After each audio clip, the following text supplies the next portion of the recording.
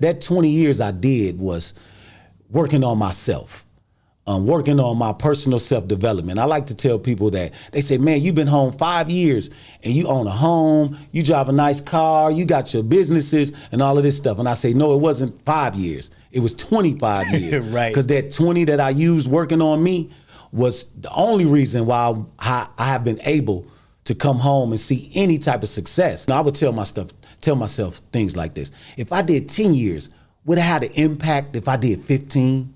Right. Would I have the impact at 15 that I would have at 20?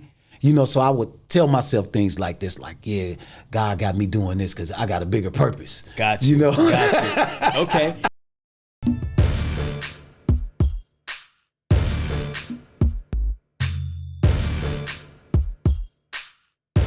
All right, Hustle fam, we are back with another amazing episode, and I have a very special guest in the building with me, my brother Ed Hennings. What's up, my brother? Man, it's all good, man. Glad to be here, man. It's an honor. No doubt. GT Go Time Trucking. No doubt. Let's go. Let's go. Let's go. All right, so listen, we're going to talk about a very popular topic today. Everybody loves the last mile space. Everybody wants to get box trucks.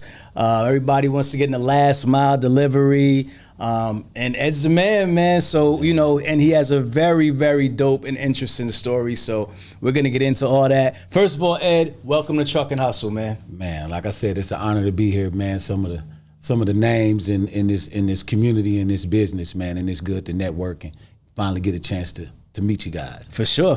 All right, so we always like to start from the beginning. Right? Let's kind of introduce yourself. Let the Hustle fam know where you're from, man. Talk about it. Okay, I'm Ed Hennings, and I'm from Milwaukee, Wisconsin. I've been in the trucking game for about the last 4+ years now, going on 5. And it started out, man, I was a guy from the urban community, made some bad decisions, made some choices that landed me, in another community. Okay. And I was there for 20 years. And so I took barber and cosmetology while I was in there. And my dream was to get out and own my own barber and beauty salon, right? So I actually accomplished that within a year of being home. I came home October 18th, 2016. And a year later, I accomplished that. I opened that barbershop and that beauty salon. And the funny thing about our plans and our dreams is like we have one thing in our mind, but the universe, the higher power, has something else. So as I was working maybe 4 months into that new business that I opened up, a client sat in my chair and he was telling me about the trucking business. And I was like, wow, man. He was telling me about the deliveries he was doing with Amazon and all of the other companies. And I was like, I think I got in the wrong business, man. Right. So I went out and bought me a truck, man. I'm talking about 3 days later, I found me a truck. And this was 4 or 5 years ago. So the box trucks was a lot cheaper than they are now. Okay. So I think I paid $7,500 for this truck. Okay.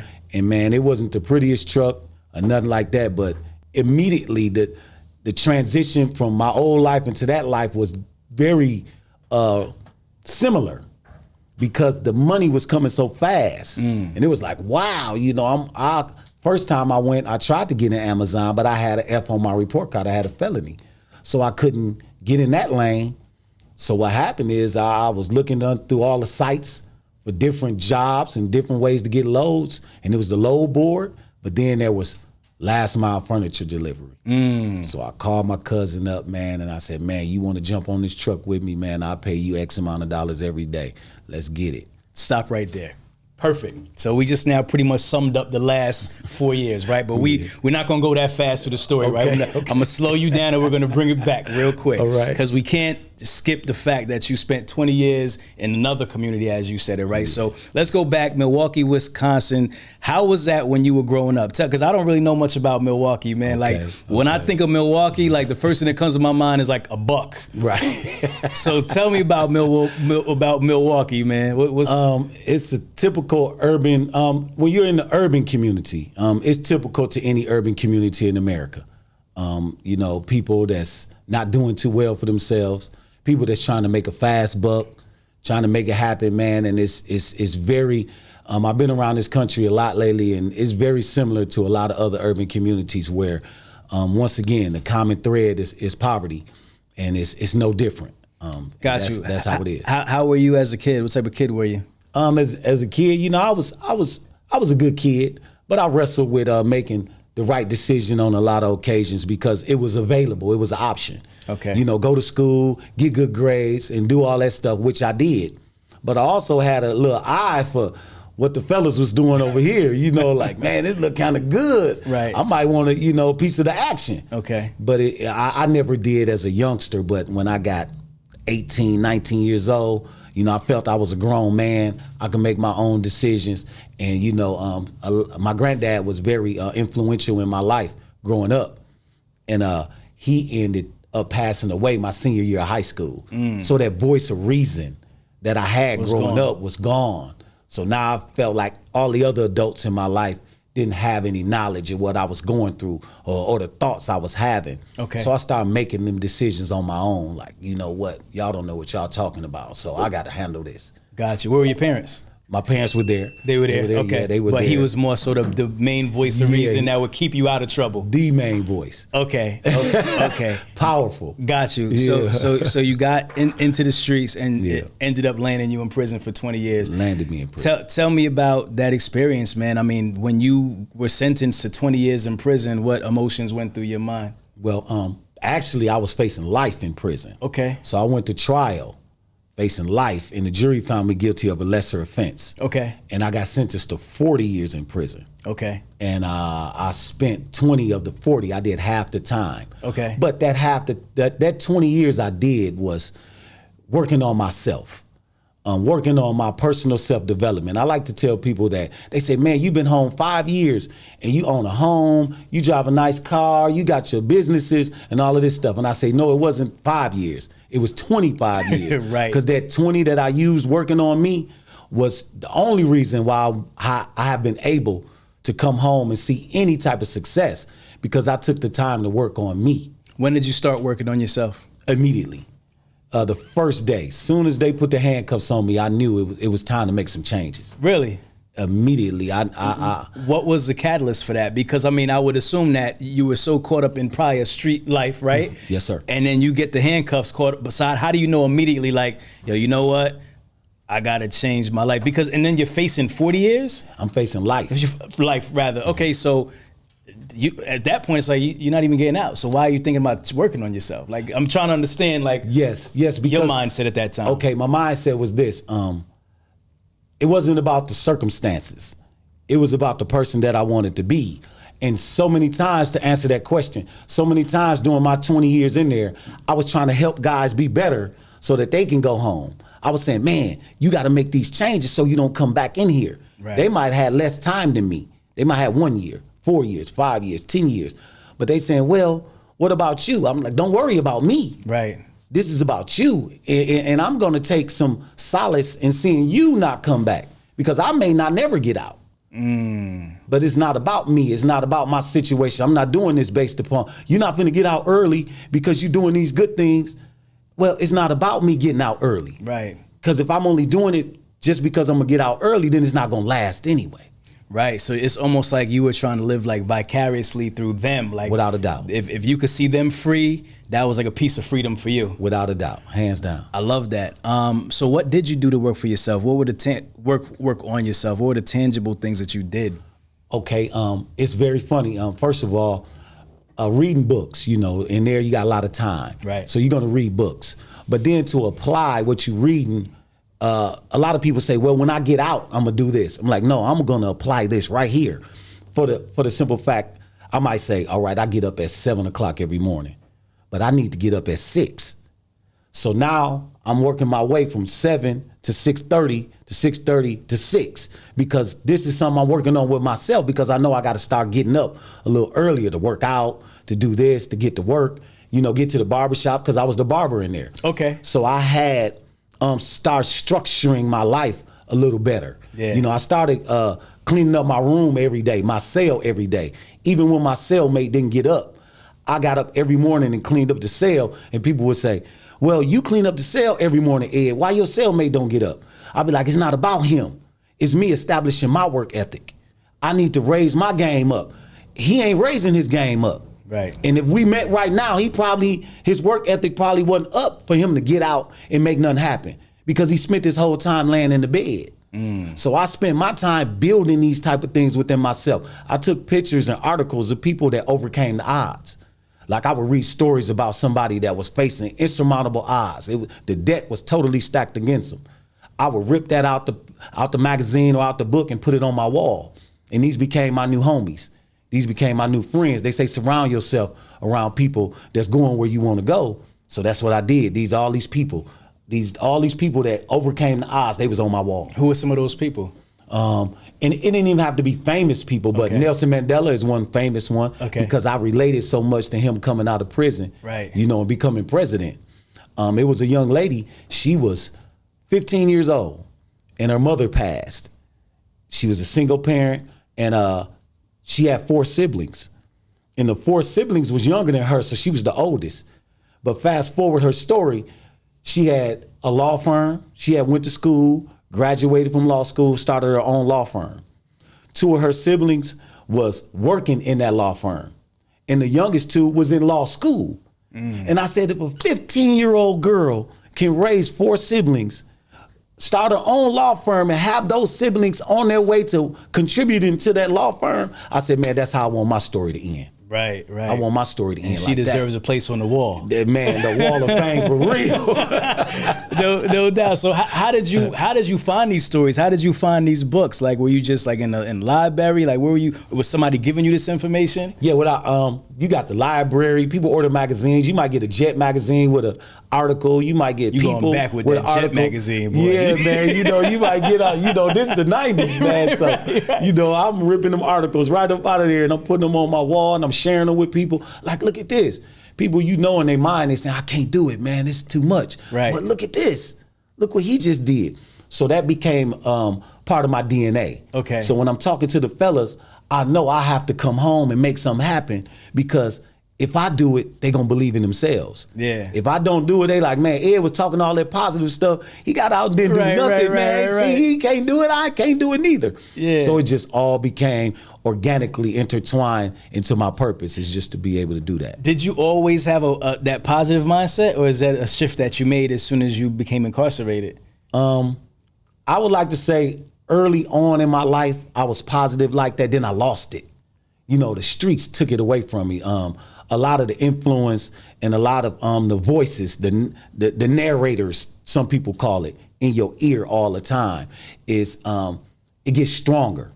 They say whatever beast you feed gets stronger. So I fed that beast of negativity so much, that it kind of drowned out the positive in my life until I went to prison, and it kind of woke me up. Got you. How long did it take you to become a barber in prison? 2 years. So 2 years. So you actually went to school for barbering in prison, and then you became like the barber. So you was the guy. Yeah. So you said you had to get up and go to the barber shop. So tell me, what's the setup? I've never been to prison before. How does a barber shop look in prison? Man, the barber shop is a little small room, man, with a couple barber chairs in there. They got all the equipment, and the guys come in, get a haircut. It makes their day. They talk a lot of junk like the regular barbershop? Yes, sir. All day. It's one of those things where you deprived of everything. But that barbershop experience for a lot of guys, walking out of there with the crispy lining, haircut and nice, it make their day. Yeah. And they don't have a visit coming. They may not have a visit coming. They may not see anybody from the outside world. But just to walk back to their cell with a fresh haircut, it works wonders for the morale of a person. Got you. So overall, what would you say? Because prison is prison. What was your overall experience during that time? Just being there. Obviously we know you're incarcerated, so it's not a good thing. No doubt. But it seems like you made the best of it. Yeah. Right. So would that be fair to say you were able to make the best of your time to where it wasn't as bad as maybe some people's experiences may have been? Definitely. Like I said, the mindset of a person that is defeated and really have no hope.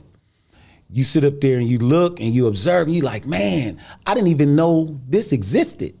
So I was introduced to people that really didn't care about living or dying. And the pain was so deep for me that I never wanted anybody to experience that. I said, man, I don't want anybody ever to send themselves as well as their family and anybody else's family through this pain. So once again, it became part of my purpose just to be like, man, I got to try to help somebody not go through this, right? Because it can be done. Right. It's not for everybody, but I felt like it's been my purpose. It's just to show people like, man, whatever you going through, not even just prison, because it transcends that. There's people that's going through something right now, whether it's a relationship, whether they not living up to their full potential or whatever it is in life. It's like, man, look, not only am I going to tell you about this, but I'm going to live this so you can see how it look. I'm going to model this. Yeah. How far along were you in your sentence when you learned that you'd be getting that life sentence reduced? Okay, I went to trial, and the jury found me guilty of a lesser offense, so I was sentenced already to 40 years. Okay. So about, I seen parole year 10. So for the next 10 years, I was going back and forth to the parole board. So it was like going to prison all over again. Each time they denied you because your parents on the phone, your loved ones asking you, what happened? Right. And you got to tell them, well, they told me to wait another year. So you have that glimmer of hope. So every time it's you like getting let down every time. Getting let down. I know you got that's to rough. fight through it. You got to fight. Okay. Yeah. So how many times did that happen for you? That happened about 8-9 times. 8-9 times. Yeah. Wow. But you just keep on keeping on. You have to tell yourself once right. again, you know what? This is for a higher purpose. This is, you know what? If I did 10 years, I would tell myself things like this. If I did 10 years, would I have the impact if I did 15? Right. Would I have the impact at 15 that I would have at 20? So I would tell myself things like this, like, yeah, God got me doing this because I got a bigger purpose. Got you. Got you. Okay. So the 9th time when you get that news that is going to be reduced and you're going to serve less time, what are your emotions at that point? Man, you can't even describe it because you're preparing for this whole 19 years, because it was year 19 when then they finally sent me the work release. So last year. It was year 19 and then you're going to be getting out the next year. Yeah. Okay, go ahead. Tell me about that. So when that came, and it was like, I'm telling her, man, I'm finna come down and go to work release, man. I got a job at a barbershop. That was the ironic thing, and the great thing about my situation is that all those years of cutting hair in there, they allowed me to get a job at a barbershop while I was on work release. Right, okay. So I would go cut hair in the barbershop, and that helped my transition out, because I was able to mix and mingle with the guys in the barbershop and see things that most people would not see coming out of prison. Right. So that decision I made in 1998 to take that barber and cosmetology course, it opened up the door in 2015 for me to work in the barbershop. Yep. And once again, that feeling right there, I felt like, all right, this is it. Right. When he gave me that job in the barbershop, I said, this is the opportunity that I've been working so hard for, and I'm gonna kill it. Right. All the dreams have manifested at that time. It's like, here we are, we've arrived. That's it. But showtime. But you heard about these box trucks one day, right? Yeah, man. Okay, so 20 years of preparing to be a barber. You heard about these trucks. Now it's going. You have to start all over again with something else. Man, from ground zero. All right. So let's get into that. You said a friend of yours was the one who said a client. He came to get a haircut. He's getting his haircut, and he owned box trucks. And he owned one box truck. One box truck. And what was he doing? He was doing deliveries for Amazon. Okay, cool. So he told you about it. I'm sure he probably told you how much he's making, how much money he said he's making. Right. How much did he say he's making a week? He was making, he was just talking about every night. He was like, man, I delivered last night. I made like 400 and some bucks.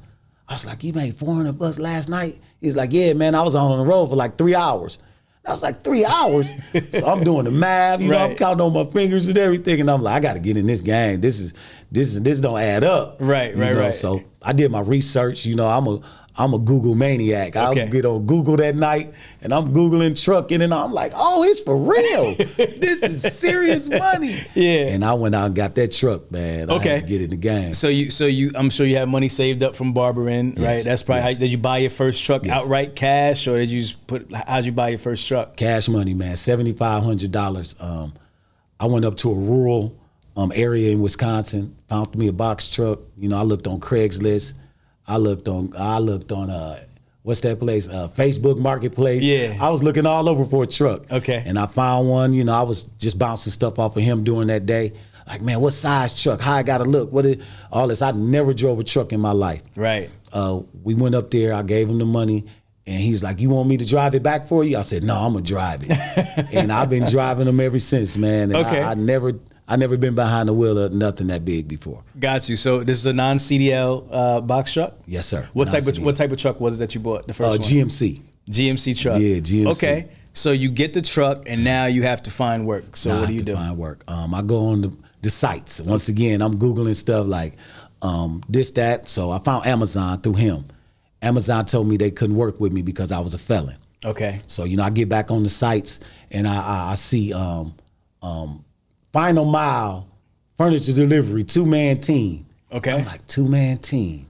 And then I seen the base pay, which was like $750. Okay. It was like $750 a day minimum. Okay. So this is like a want ad or something like that. This is like on Indeed. They're looking for like contractors? Yeah, they're looking for owner-operators. Got you. Owner-operators on Indeed. Okay, got you. So the owner-operator thing popped up. I called them up. I said, man, I want in. I got a truck. I'm ready to go. I got a crew. Me and my cousin, and we jumped out there, man. And it was crazy because it was per stop. You was getting paid per stop. So it'd be like, oh, you got to go from Milwaukee to Madison, Wisconsin. So in Madison, you was in that zone. So in that zone, it paid $55, $57, $51 a stop, roughly. Okay. So if I go to Madison with 18, 19, 20 stops at $50, $55 a stop, like, ooh, okay. Right. So I pay my helper his money. Gas probably like $100. So it's like, bam. So you go to Green Bay, that's $115 a stop. So I go to Green Bay, I go to Green Bay with 17 stops at $115 a stop. I'm paying my helper double. Like, man, he go $200, $250 for today. Right. Man, he ready to go. Okay. So let's start back at the beginning of that. When you establish that relationship with the furniture delivery company, what do you have to do? What are the requirements for you to work with them? Are they paying you as a contractor? That you have to have a business? Like, what are they looking for from you to get signed on with them? Is pretty much what I'm saying. Yes. They're making sure you have a 26-foot box truck. That's the first thing. A lot of people in this game, they require a lift gate. Some don't. Unfortunately for me, I didn't have a lift gate in my first truck. I had to grab it and just pick it up. Right. But you soon learn over time.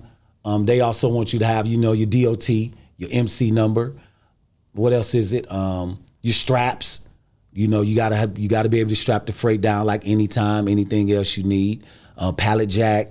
Okay. Things like that. But is this stuff that they're providing for you, or did you have to go out and grab this stuff yourself? No, you have to have all your equipment yourself. So they want you to get a pallet jack. Yeah. I mean, a pallet jack's not cheap. And you got to get your straps, obviously, everything to tie everything down. So you have to come to them with all that. Yeah, you got to come to them with all your equipment.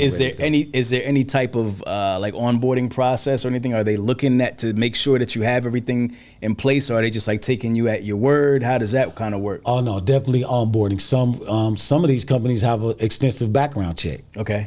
Some companies don't. It just depends on who you signing on with.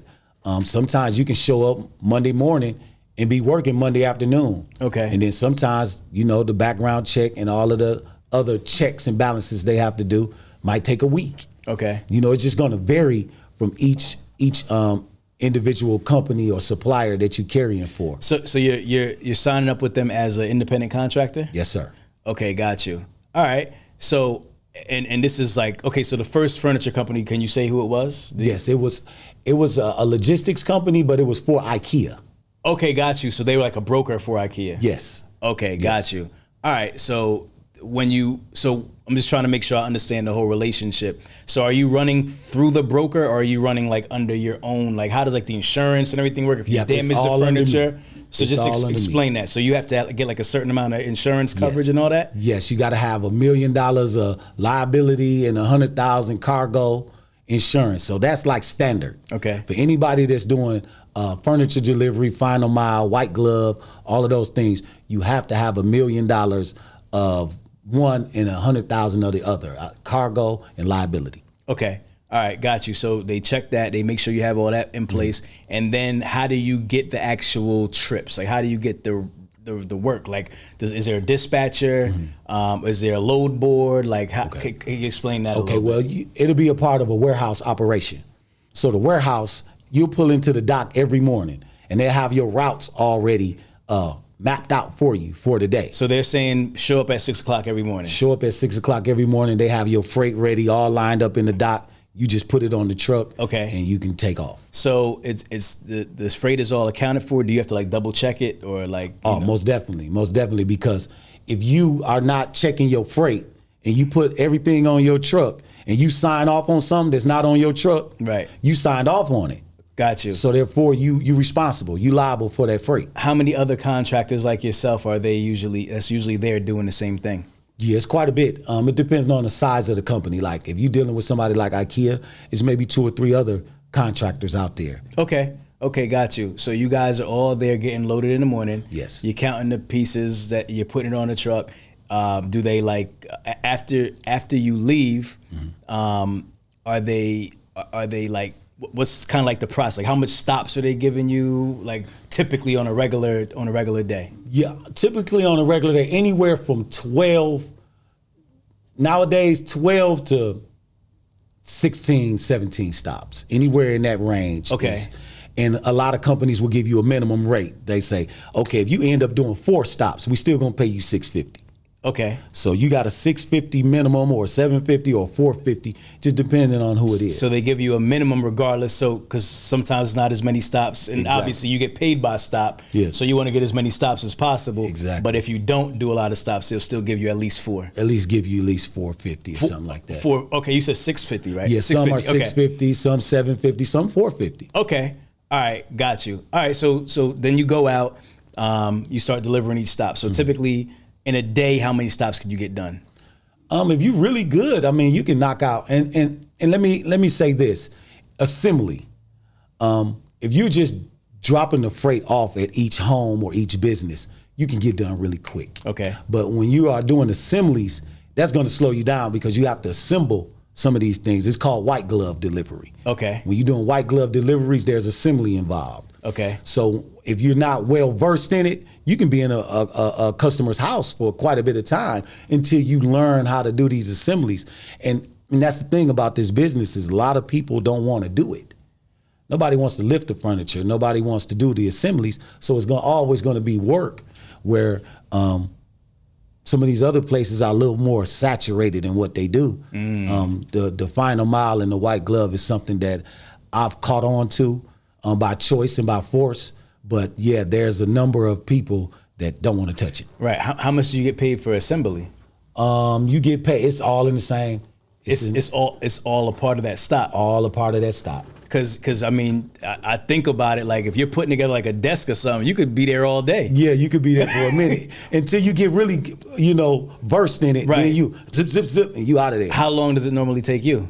Well, now it doesn't take me that long, but at first I was struggling. I was struggling, right? Right. But once it take you about a week or 2, and then you really good at it. Kind of knock it out? Yeah, man, there's some guys, I seen some guys throw down, man, take some doors off a refrigerator in 5 minutes and put them back on. Wow. And you're like, man, you a beast with it. So, it ain't for everybody, but yeah, it's a lane that's open for anybody that's willing to do that type of work. So typically, how long are you at each stop? If I'm just dropping it off, yeah, 5-10 minutes. 5-10 minutes, dropping it, moving along with the furniture. And you said how much you get paid? How much per stop?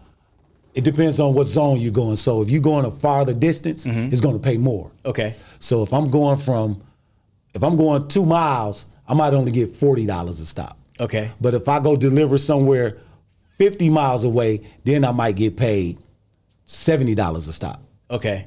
So it just depends on the distance. Okay, so you would know that beforehand, obviously. Yes, so you have like a route plan. Yes. And they let you know. Now, what about if you don't get all the deliveries done for that day? Like, how time sensitive is this business? Very. Okay. Very time sensitive because you have people at home waiting on the stuff they have ordered and paid for. Okay. So if you tell them you got a window, 30-minute window.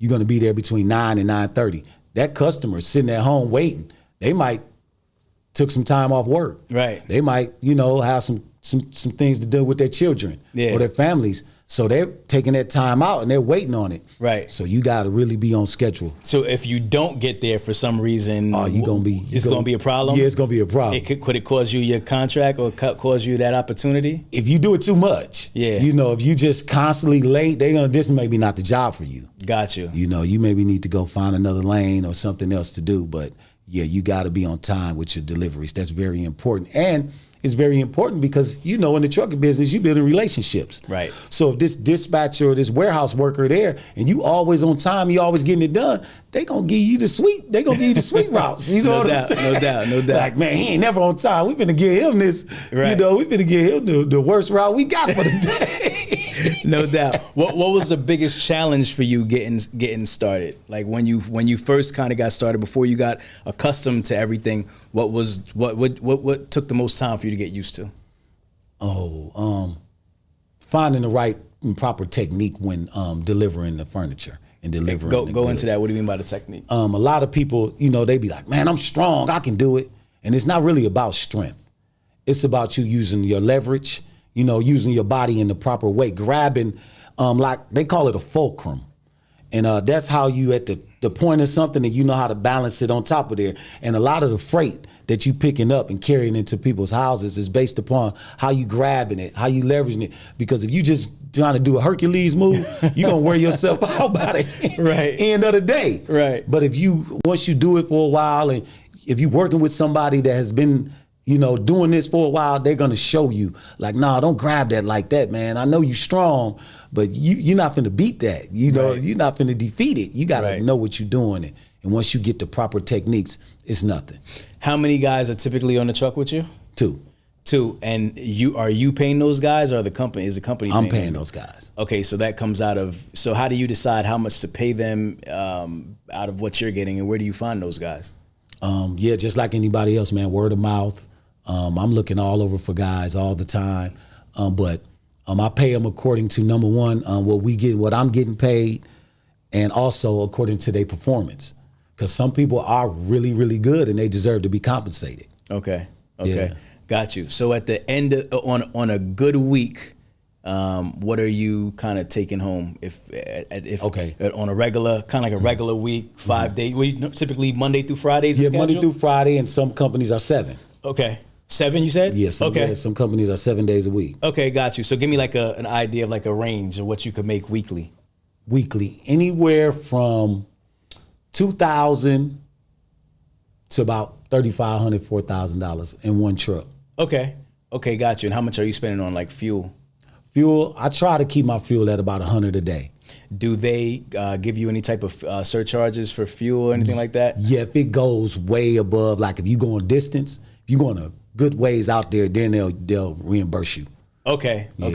So they do help you on that. Yeah. All right. So you said fuel's like $100 a day. All right. So I try to keep it around $100 a day. Yeah. So you stay under like 100 miles. Yes. Radius. Yes, definitely. Okay. Got you. All right. Cool. So you start with one truck and then you start growing the business. Tell me about that.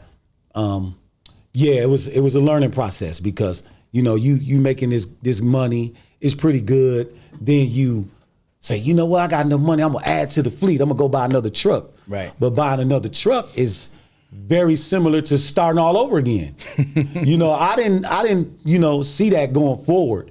I just was like, oh, I'm gonna get this truck and it's gonna be more money. But you don't know that, number one, you're gonna have extra fuel. If you don't have that money put back, you gotta do 2 trucks of 2 teams now that you have to pay. Right. But the money from that first truck not coming in until another 2 or 3 weeks, sometimes a month. So you got to have the money put back to cover the expenses just to get that truck out there on the road. Hold on, is that how it works? It takes that much time for them to pay you?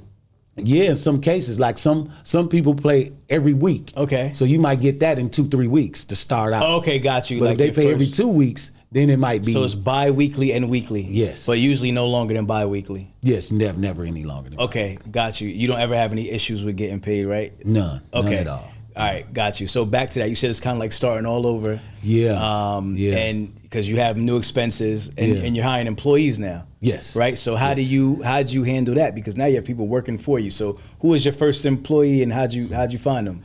Okay, it's really easy. Like, you know, once again, we in the urban community in Milwaukee. And somebody's seeing you in this truck working every day. Yep. And now they starting to see the fruits of your labor. And that's catching people's eye.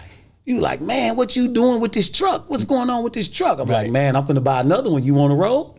So it's very easy in the urban community because when people see some semblance of success, you know, you're gonna stand out. Right. So just seeing that, it was easy for me to find guys that was around my way that wanted to give it a shot. Okay. But finding people that's gonna last and stick, that's a whole nother story. Yeah. And now you're transitioning into a boss, right? You're not only working for yourself, but you're actually working for, you have people working for you. Yes. How different was that for you? Like to have to tell guys, you know, what to do and have to have some kind of structure for them and, you know, tell me a little bit about that. And was it difficult? Because I mean, like you said, you're working with guys from the community. Yeah. They may feel like, oh, that's my man or whatever. Like, how was it dealing with that whole thing? Man, very difficult in the sense of I'm a person, I always feel like, you know what, man, you're not getting this right. I'll do it.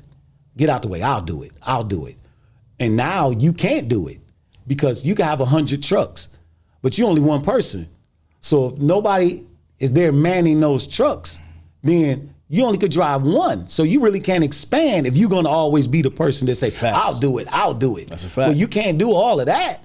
So I had to learn that the hard way and you know, just finding people that's not going to be around for a short period of time and that really want to be around, it became difficult. Number two, like you said, trying to tell people how to do it, what to do, be on time, be respectful, all of these things, that was another hurdle. And it's constantly a hurdle because customer service, like, you know, you have to let people know you have to treat people the way you would want to be treated. Right. And that's going to always be an ongoing educational process because some people just don't have that on their priority list. Right. Did you ever have a situation where, you know, somebody did something that could have potentially impacted your business in that way? Could you speak to something like that? Yes, most definitely. Because you're in the customer's home. So, you know, that's their home. So you really have to be courteous. And when the client calls back and say, well, your driver or your team did this and did that, you jeopardizing your business right there. And I've even had some guys where the company we was carrying for say, hey, we like your work, Ed, but he can't come back. So once again, establishing that relationship to where when something does go wrong, you've established a relationship where they feel comfortable coming to you instead of letting your whole fleet go or letting your truck go completely. They say, hey, we like what you do, but this guy here, he can't come. He can't come back. Yeah, gotcha. You have to establish that, though, because you will get your whole company let go. Yeah, I could imagine. So what's your methodology in terms of growing? Because you start adding more trucks. Are those trucks working for the same furniture company? Or are you starting to look for other furniture company or other opportunities? Mm-hmm. Are you strictly doing furniture? Is that kind of like your wheelhouse? Yeah. Tell me about that. Okay, I have at times over these years dealt with 2 and 3 different companies at a time. Right now, I'm rolling with one company. Okay. I kind of like they set up. I like what they do. The guys that's driving and carrying for me, they like it. So when I like it and they like it, it's a beautiful thing. But sometimes I like a contract and the guys that I got working with me, they don't like it. So that's going to show in the quality of their work. But when everybody comes together and everybody likes each other, it makes it a lot easier. So you always looking for the right fit for what you have going on with your company. And some companies like delivering refrigerators all day. Me, I'm like, man, them refrigerators, man. But a lot of guys like, man, I would rather do refrigerators all day. So you just looking for what fits your company best. Do you have any kind of say in like what you deliver? Like, is that something that you have a say in? Or is it kind of like you just pull up and they say, here, this is what it is? Yeah, you pretty much going to deliver what it is because depending on the company, you might be working with a company that only have TVs. Right. So that's all they make is TVs. So that's all you delivering all day. Right. Or you might go with a company that only have refrigerators. That's all they have. So if you take that contract, you already know what you're delivering. Got you. Have you ever thought about doing anything outside of like furniture? and branching out like with other type of stuff, or is that kind of like where you're comfortable? I'm kind of comfortable there, but I'm always open. Growth is uncomfortable, so you got to come out of that comfort zone sometime. Yeah. And I've been looking at doing some OTR work and going over the road a lot more these days. I've touched on it a little bit over the years. Okay. But yeah, I'm definitely open to giving that a shot, because it's starting to look, with the climate the way it is right now, the workforce being so small and people is not just running for jobs and stuff like that right now. Yeah, over the road might be a little something that I venture off into coming up here. Got you. So where have you grown the business to now? Tell me what the business looks like. How many trucks you guys got? How many employees? Okay, at the time I've had up to 5 trucks. I recently moved from Milwaukee to Memphis, so I downsized to 3 trucks. Okay. I have 3 trucks running right now. 2-man teams on each truck, Monday through Friday. If we add weekends, then I'll add some weekend guys. But right now I have maybe 6-7 guys that run. I've also been teaching people in my community about how to get involved in this business, because you don't really need, from where I'm from, a person could take 1 truck and it could change their life, because it did for me. Trucking changed the game for me. Right. And people seen it, they watched it. Watching me come out of prison and start a barbershop, and things was okay. But the trucking game took me to a whole nother level. So I found people in my community asking me so many questions about trucking. So there I was teaching this guy how to get started, this guy how to get started, this guy how to get started. So organically, I seen some guys go from poverty to doing really well for themselves. Wow. So not only did I grow the trucking business as in trucking, but I've also grown into teaching people how to get involved in it and how to even lift a freight. Like, man, let me show you how to do that. How to properly lift without getting yourself hurt, or how to use a hand truck. So all of that is part of my teaching people how to get involved in the final mile business with 1 box truck and make $100,000. So I'm doing videos, I'm doing all of these type of things just to show people, like, man, I know I talk about personal self-development a lot. Yeah. But let me show you how to get some money in your pocket. Yeah. Because at the end of the day, that's what people are really wanting. 100%. Pay some bills. Now, when you moved to Memphis, how did that impact your business? Did you find other companies out of Memphis, or did you still keep trucks in Milwaukee? Like, how did that impact what you were doing? Yeah, first I was solely gonna just go down to Memphis and just do work in Memphis, and things was I was still working with IKEA, but the pay wasn't as much as it was in the north. The pay had dropped. So I began to search and start looking for other companies that was looking for some box trucks. Okay. So I bounced around a couple companies, and like I said, the last few months here, I would say the last 2 or 3 months, I finally found the company where the pay is good, the work is nice, the routes are nice, the guys like it, I like it. So I'm building with this company. Okay. But I'm also still trying to keep a truck or 2 in Milwaukee. Okay. When you say, what do you look for in a company? Because they have to, hire you, but you also have to kind of hire them, Yes, right? yes. So what are some of the things that you're kind of looking for when you're looking at companies and saying, hey, I think this is a good company to work for or work with, partner with? Reasonable work / pay. Like sometimes you getting paid the same amount, more work. And it's like, I don't want to put my guys out there picking up at 7 in the morning and they doing deliveries to 9, 10 o'clock at night, and they getting paid the same amount of money as somebody that's doing deliveries and they getting done at 2 and 3 in the afternoon. So I just want the pay to match the work. Got you. So if you asking me and my guys to do white glove deliveries all day, then the pay should reflect that.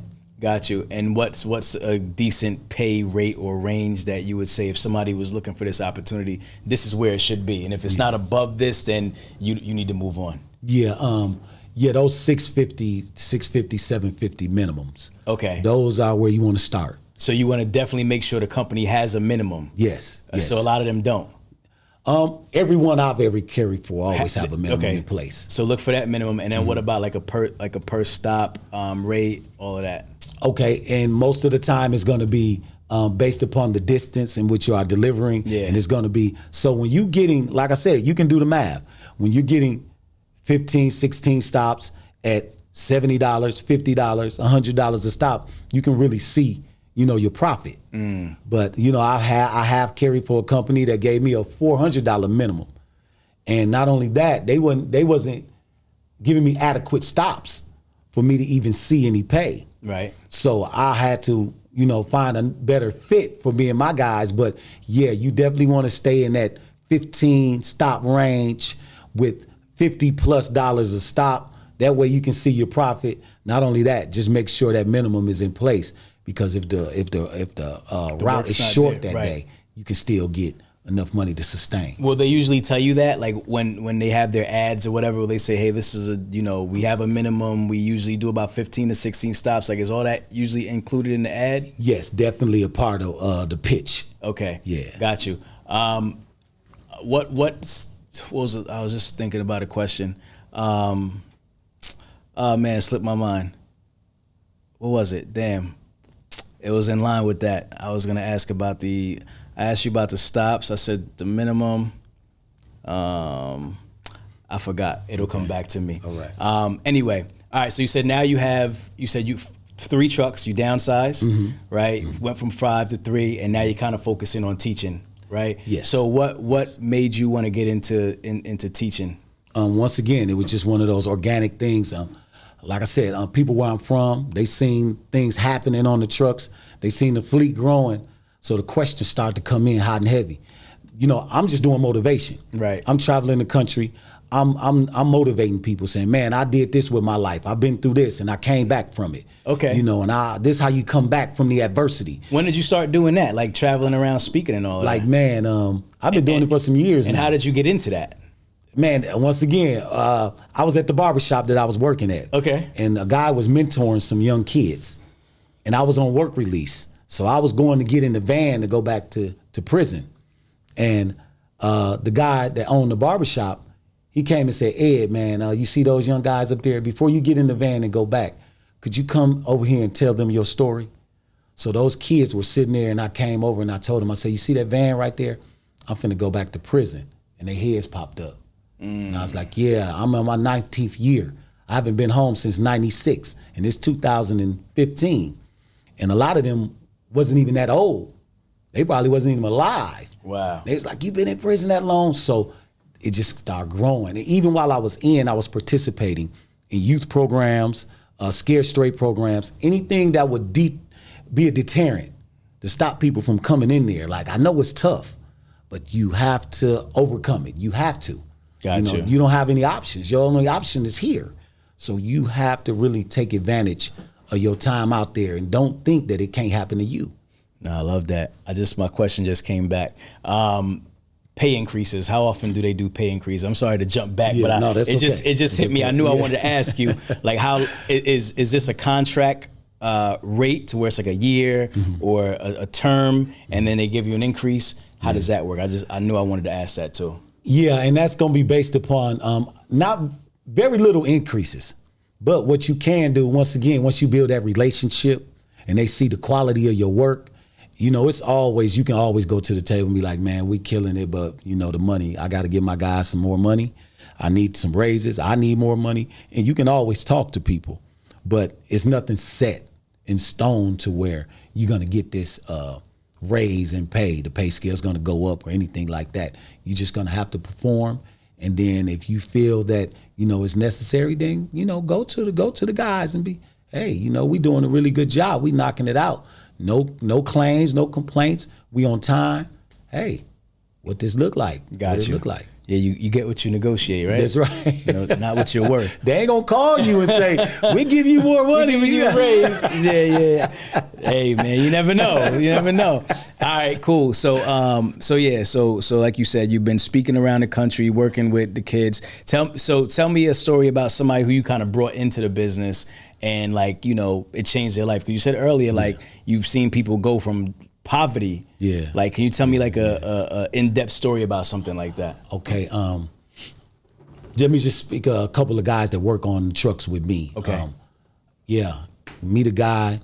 He's in bad shape, man. Home is not doing too well. Bills is caught up with him, and it's just not good for him.